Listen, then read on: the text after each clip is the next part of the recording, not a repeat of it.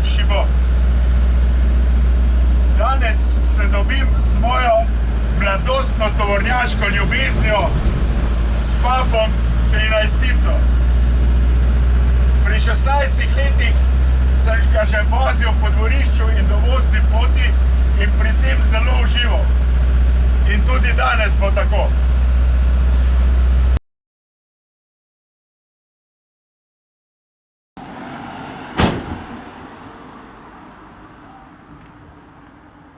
Tukaj je. Si lahko predstavljate bolj moški tovornjak. Jaz si ga zelo težko.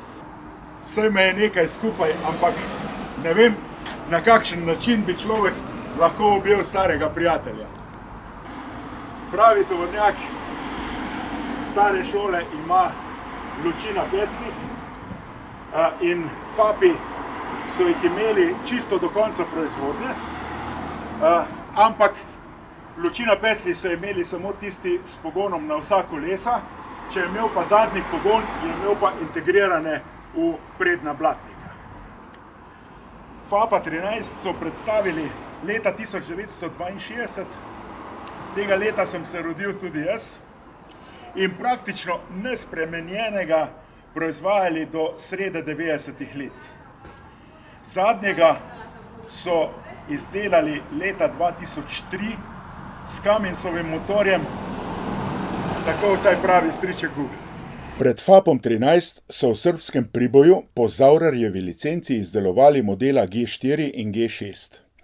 Tole je promocijska slika modela G4, tegale G6 pa so imeli pri jugoslovanskih železnicah v Celju. Fab 13 je bil tovornjak samostojnih prevoznikov, tegale je vozil moj pokojni prijatelj Bosa Noga. Veliko jih je kupila jugoslovanska vojska. Pred 30 leti jih je na cestah še mrgolelo, danes pa so vse redkejši, ne le v Sloveniji, ampak tudi drugod po državah bivše Jugoslavije. Zame je to eden lepših tovornjakov, sploh tale, Pilihov, prvi kamion, ki sem ga vozil. Kjerkoli kakšnega vidim, ga vsaj fotografiram, najraje pa se z lastnikom pogovorim. Kar ne bi verjel, kakšne še vozijo, čeprav jim po videzu tega ne bi prisodil. Tudi ta je še vozil. Ne le, da je bil vladar cest. Fab je neuničljiv.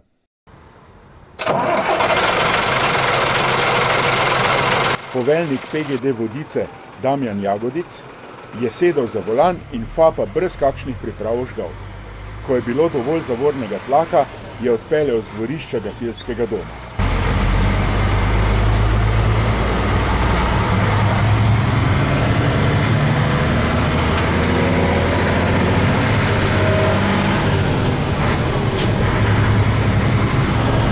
Če je cisterna napolnjena z vodo, je motor potrebno v vsaki prestavi zavrteti do najvišjih vrtljajev, saj s 145 konjskimi močmi ne more delati čudežev. Prej smo bili tam 500 litrov vode. Ko smo pa tega Faba dobili, ki je DC 10 ker 12 pristajal, je poj, smo s tem Fabom, sem v solo, jaz sem bil takrat še vejken, so vodo vozili na letališče na Brn. Gasilci iz Vodic so svojega takrat praktično novega Tama 5500 zamenjali za tudi le dobro leto starega Faba 1314, letnik 1979, prva registracija 1980, ki so ga imeli v prostovoljnem gasilskem društvu Sora. Ta jim še danes zvesto služi in jih nikoli ni pustil na cedilu. No, morda enkrat, ko so zapeljali na preveč razmočen travnik. Ko so na letališču nabavili ustrezno gasilsko vozilo, je Fab ostal v floti prostovoljnega gasilskega društva Vodice. Doslej so menjavali le akumulatorje in pneumatike. Naš pa gre, tudi Šmarnogoro sem bil prvi z nebo. Šmarnogor, ja. Spolhajmo vodi. Fab je zanesljiv in vedno žge. Zato ga kljub novemu vozilu še vedno uporabljajo. Naš pa mašina prede k mucek. Zmeraj iz te prve užge. Elektronka pa nič ne zaprgava. Ker ima hidravlični volan in zračne zavore, se med vožnjo z njim voznik ne muči preveč. Poveljnik je pripeljal do avtobusnega obračališča, kjer mi je prepustil volan. Se mi je zdelo, da z lahkim srcem, saj sem tega fapa že pred nekaj časa vozil in nisem počel prevelikih neumnosti.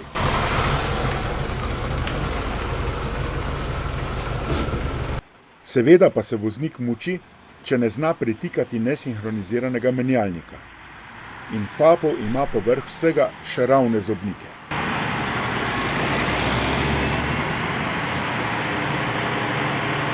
A že ko sem prestavil iz prve v drugo, sem bil neučakan in ročico preveč grobo zabil. Oprosti, menjalnik.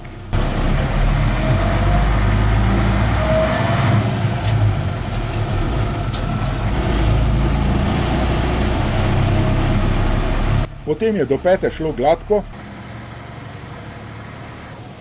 pri pretikanju navzdol pa je spet bilo malo peska. Ne preveč, ampak dovolj, da se je slišalo.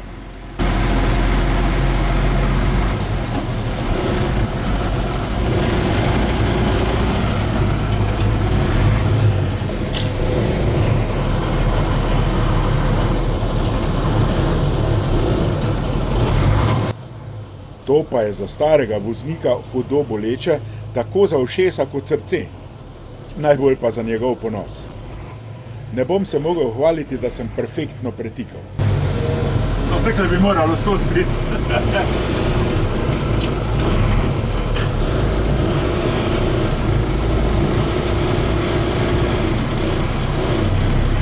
Kljub okornemu videzu in štirikolesnem pogonu, obračalni krog ni prevelik.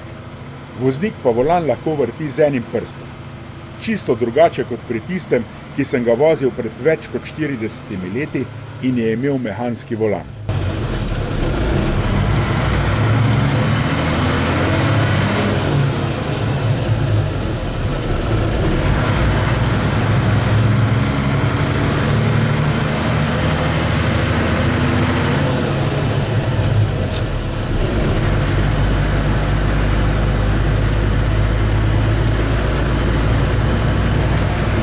Ko sva se z menjalnikom malo bolj spoprijateljila, sem začel v vožnji te tovornjaške legende uživati.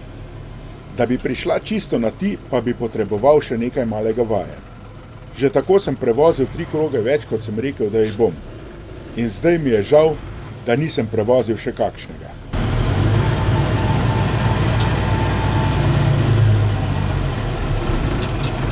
Čeprav naj bi postal starodobnik, ga še vedno imajo za intervencijsko vozilo in letos so v Gmajni z njim pogasili manjši požar. Zdaj smo ga pa mi zamanali za novega mana, zdaj pa za njega pa garažo delamo od zadaj, da bo garaž noter pa prebarvali ga bomo, pa staj tam obnovili, tako da bo tak lep starodobnik. Pomembno je, da je starejša generacija gasilcev za starodobnika navdušila mlade in tako zagotovila, da bo FAP v njihovo veselje in tudi veselje ljubiteljev starodobnih vozil še dolgo vozil. Ob gasilskem domu so že zabetonirali ploščad, kjer ga parkirajo. Do zime nameravajo postaviti enostaven montažni objekt, tako da bo cisterna vedno lahko napolnjena z vodo.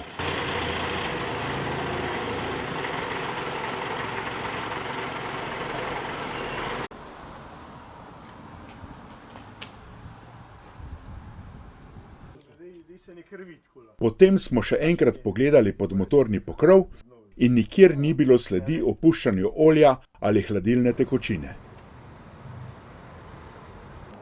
Legel sem na nov betonski tlak in naredil nekaj posnetkov reduktorja ter prednje in zadnje osi.